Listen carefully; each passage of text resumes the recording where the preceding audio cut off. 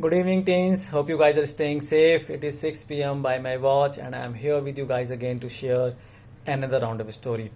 Today's story is about Mr. Bean. Hope all of you must be knowing this character. His name is Rowan Atkinson. He was born in January 1955 at County Durham, England. As a child, he was bullied too much in the school due to his looks and speaking disorder. Therefore, he became a shy and a withdrawn kid. Since he did not have many friends in his life, he thought of opting science to keep himself busy. One of his teachers said about him that there is nothing outstanding about him, and I don't expect him to become a scientist. However, he surprised everyone by taking admission to the Oxford University. During that time, he started taking interest in acting and opted for few ventures as well. However, he was rejected from everywhere due to his stammering problem.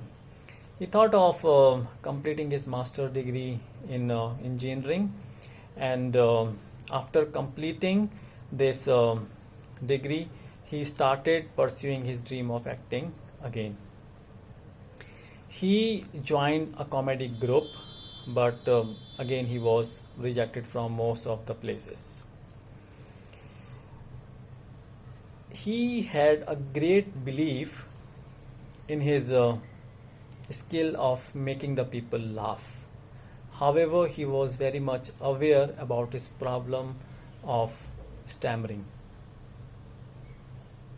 But he always kept on working on his strength, and one day he realized that when he is speaking into a character, he can speak fluently without any problem. And it was a discovery and a turning point for him. Also, during his engineering days, he co-created a strange, non-speaking, surreal character, which was later called as Mr. Bean. He started his acting career with a stunning comedy, Black Ladder, from 83 to 89, and then came Mr. Bean from 1990 to 1995. And post that, there was no looking back. He has his net worth of around 130 million US dollars. He wrote many books, also played a lead character in many films, starting with Bean in 1997 and Mr. Bean's Holidays in 2007. So this was the story of Mr. Bean, or Robert Atkinson. I learned few things from this story. One of them was to turn your weaknesses into your strength. So let's talk a little bit about it. How should we go about it? First of all, we have to recognize our weaknesses and accept them. Second, we should have a belief system to have a full faith on our strengths. Third, you have to find a friend to talk about those weaknesses. This is to put yourself in a spot or in a situation. You know what? Situations are wonderful things. They not only put lights on your strength, but also put lights on your weaknesses. In one situation, one weakness is a problem, and in another situation, the same thing becomes a strength. Therefore, you do not have to change who you are. You have to change where you are. So let me give an example. So if someone calls me an unorganized child, or my class teacher say that you are an unorganized kid, or I get the similar comment from my family as well. But as an adult, I later realized that I'm a creative person. So let's take few more such examples.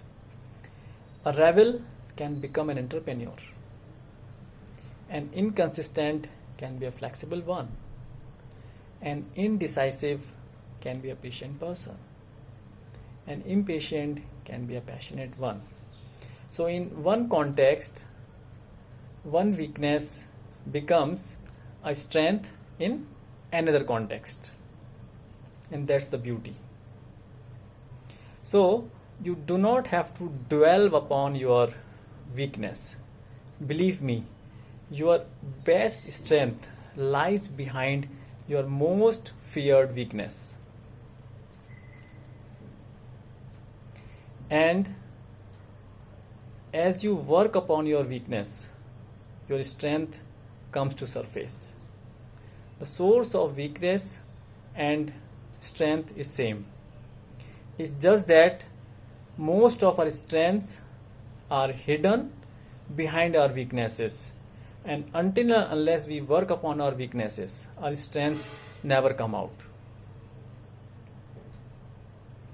So as you start working upon your weaknesses, you know your strengths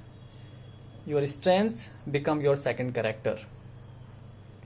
However, your weaknesses stay in the background and keep you motivated throughout your life.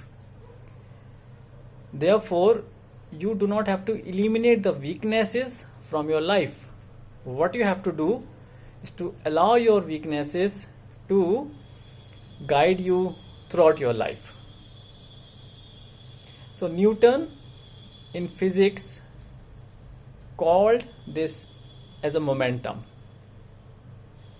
in terms of object. So he said that an object in motion stays in motion. An object in rest stays in rest. So you have to be keeping the momentum up. You have to be finding your strengths and keep working upon them. But you have to be mindful of the fact that first of all, you have to follow 3 rules. Recognize your weakness and accept them. Believe on your potentials. Find a person who can put yourself in a spot. You have to put yourself in a situation. You do not have to change who you are. You have to change where you are. And believe me guys, each one of you have wonderful strengths which are still hidden behind your weaknesses. So keep working upon your weaknesses. Let your strengths come out and show the world what all you guys can do. Right? So I hope that you must have enjoyed this story and the learning. So I request you guys to keep putting the comments, and as and when you apply these learnings in your lives, always come back to put the comments so that other persons can also learn from the real-time experience. I wish you all the very best and good luck. Cheers.